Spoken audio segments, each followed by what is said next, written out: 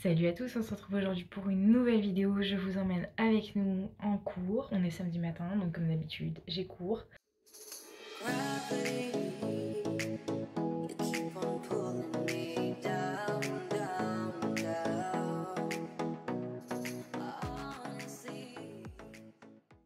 J'ai cours avec Jolisco et Scarlett. Ça sera la 3e séance de saut de Jolisco, donc j'espère que j'aurai quelques images à partager, mais surtout que ça va bien se passer.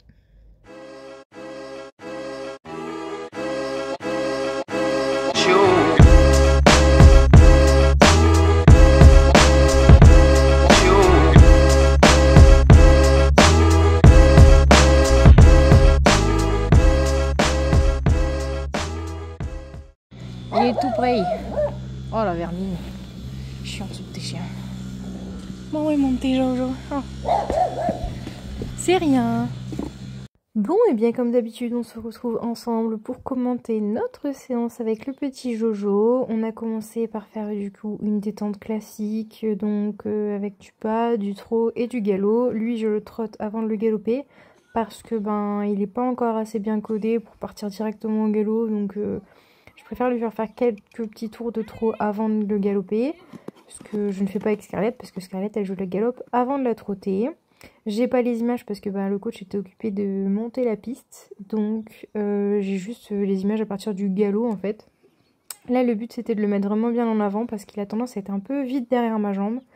Après j'ai toujours un petit problème d'appréciation entre ce qu'il me donne et ce que je ressens parce que il est extrêmement nonchalant comme cheval et au final quand on le regarde en vidéo pas du tout. C'est juste qu'en fait il prend beaucoup de temps dans ses déplacements mais il couvre énormément de terrain.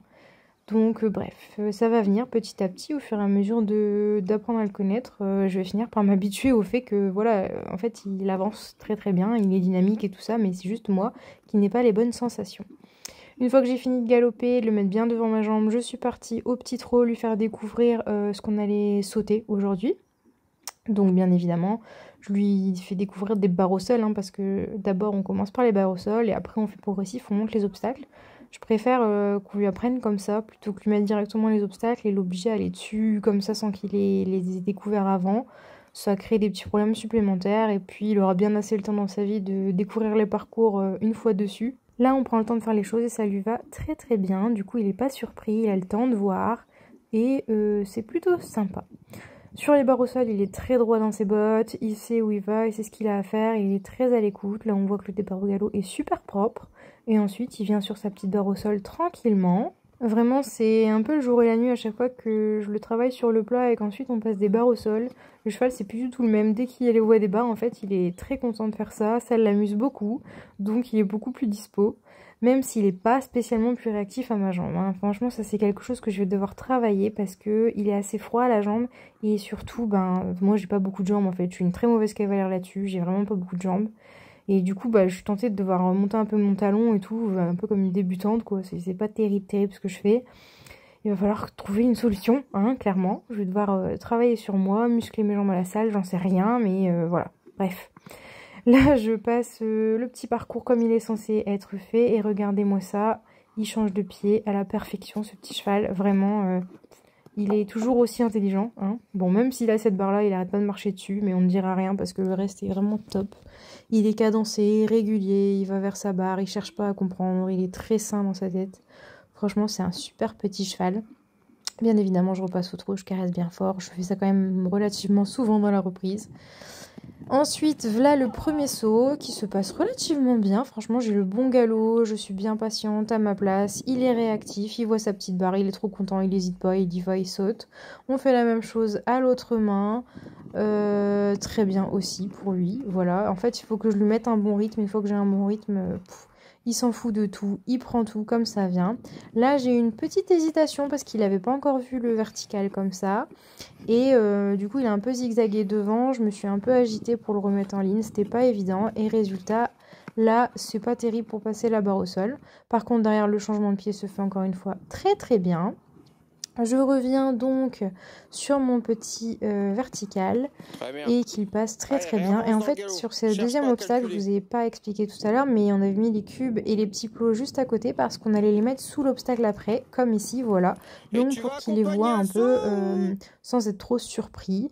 Bah écoutez, il a même pas regardé, moi je suis restée beaucoup trop derrière, je l'ai pas accompagné. Et là je refais la même chose parce que tout simplement c'est la première fois qu'il sautait un obstacle avec des petites choses en dessous.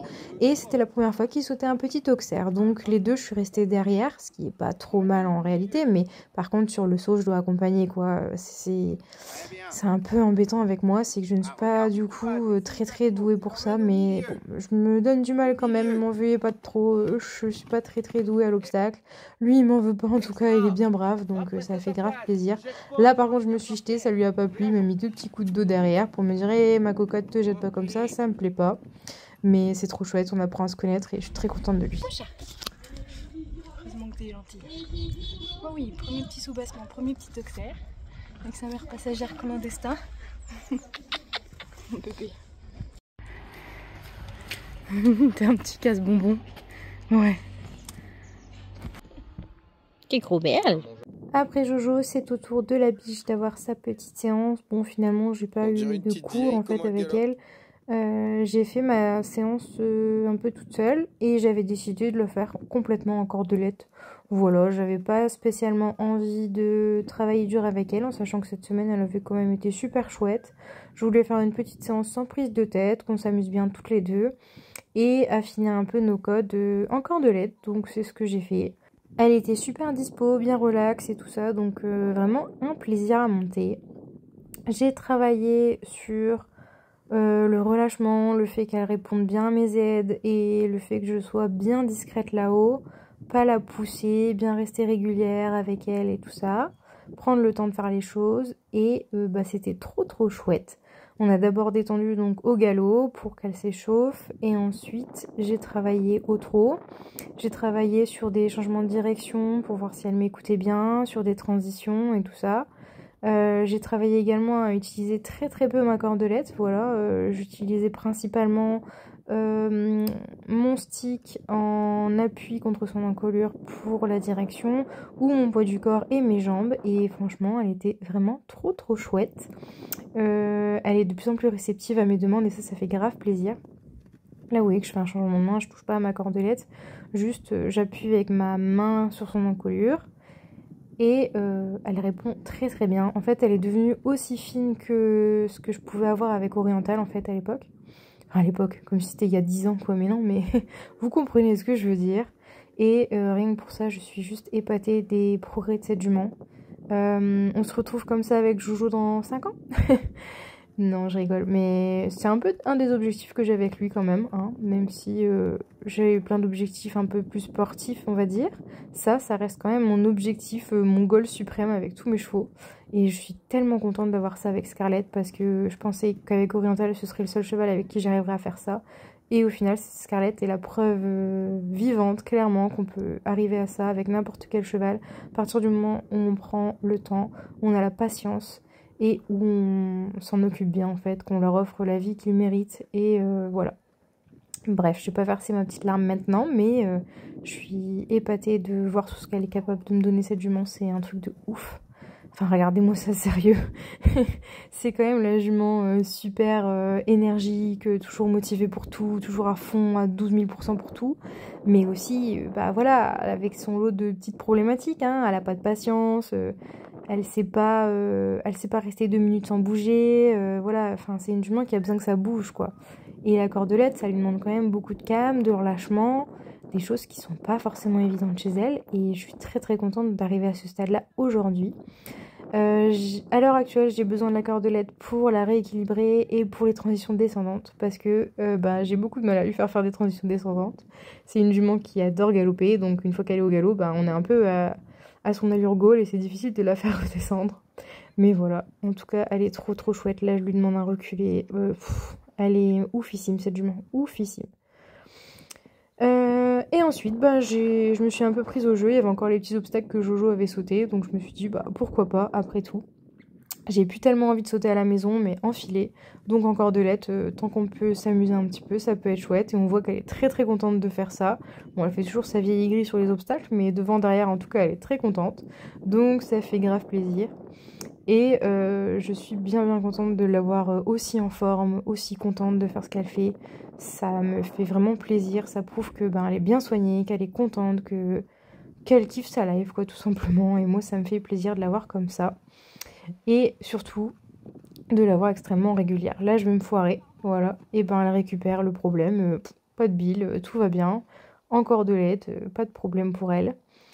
Et du coup, dans l'enchaînement, j'ai pu enchaîner tranquillement les obstacles. Franchement, elle a été relâchée, sage et calme. Et franchement, un bonheur, quoi. Voilà, encore 2 petits chevaux vraiment incroyables. Un jeune cheval de 5 ans qui me pardonne mes conneries, qui accepte le fait que je sois vraiment pas douée et qui s'amuse dans ce qu'il fait malgré tout. Et une jument de 12 ans qui est complètement métamorphosée depuis quelques temps, là, depuis que je lui fais beaucoup plus confiance et que je la laisse beaucoup plus faire ce qu'elle veut, mais qui garde son petit caractère et qui sait très bien me dire quand je me plante dans la distance, n'est-ce pas Scarlett, hein? C'est ce qu'elle vient de faire juste là. Et voilà, on a terminé sur ce sauci qui s'est très bien passé. J'ai pas voulu forcer plus parce que le but c'est de s'amuser. Et ensuite, elle est partie faire sa petite life pendant qu'on rangeait la carrière. Petit. Aïe! Pourquoi il est détaché? Bah.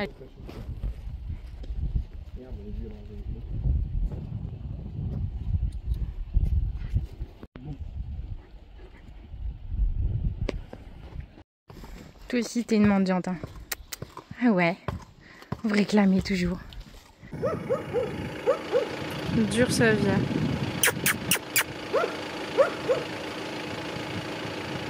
Pilou. Oh attends, je me frotte encore un peu.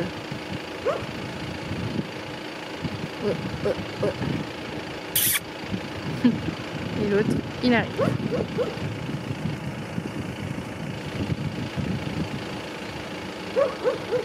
Non, je me frotte encore, je suis pas assez sale.